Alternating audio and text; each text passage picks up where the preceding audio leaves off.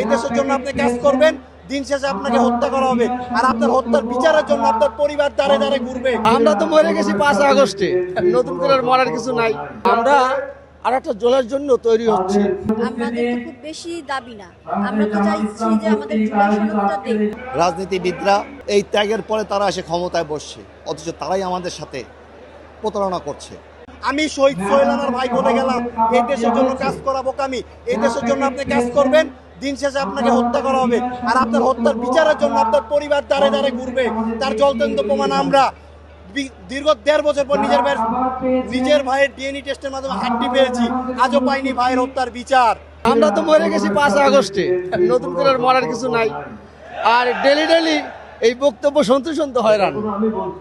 এই জুলাই সনদ গণভোটের রায়কে বাস্তবায়ন করা, এগুলো তো আসলে 2 বছর ধরে শুনতে আর ভালো লাগে না।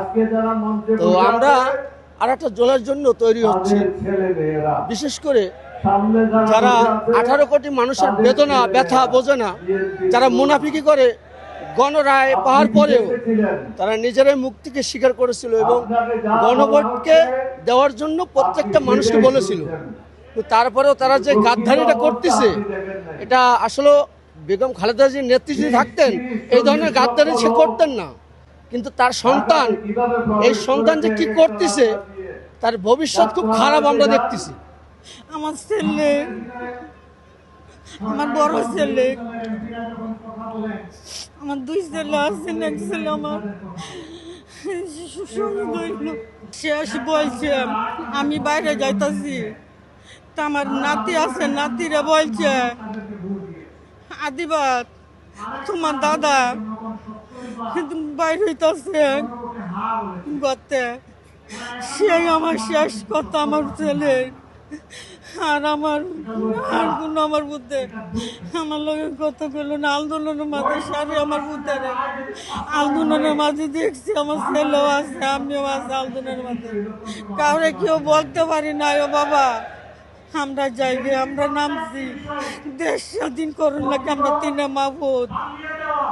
উনি নিজেও তো বলছে যে হ্যাঁ ভোটের পক্ষে ভোট দিতে, তাহলে এখন উনি এটা বলছে, তাহলে এখন উনি এটা মেনে নিচ্ছে না কেন? আমাদের তো খুব বেশি দাবি না, আমরা তো চাইছি যে আমাদের জুলাই সনদটা দেখ। আমাদের পরিবারের লোক শহীদ হয়েছে, সেটা তো চাওয়া আমাদের অযৌক্তিক কিছু না। উনি এটার বিপক্ষে কেন যাবে? উনি নিজে এটাকে নিয়ে ক্যাম্পেইন করলো, উনি বললো হ্যাঁ ভোটের পক্ষে রায় দিন, আমরা সেটাই করলাম। এখন উনি সেটা কেন মানতেছে না?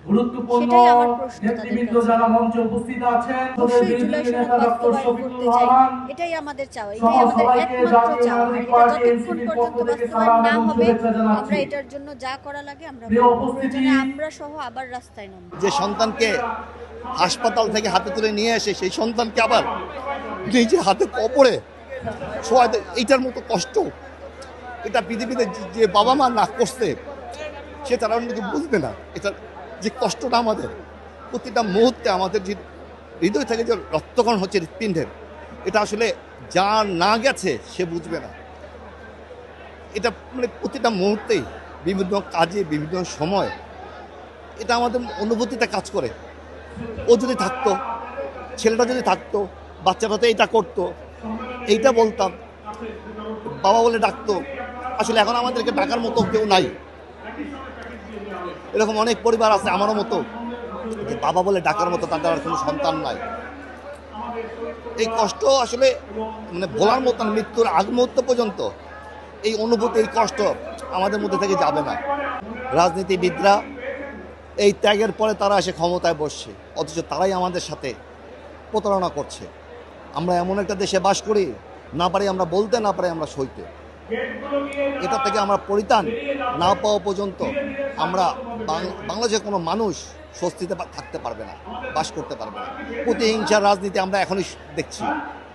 এখান থেকে আমরা যতদিন পর্যন্ত বের হতে না পারবো, ততদিন পর্যন্ত আমরা হয়তো আর 24 আর হয়তো আমাদের দেখতে হবে না।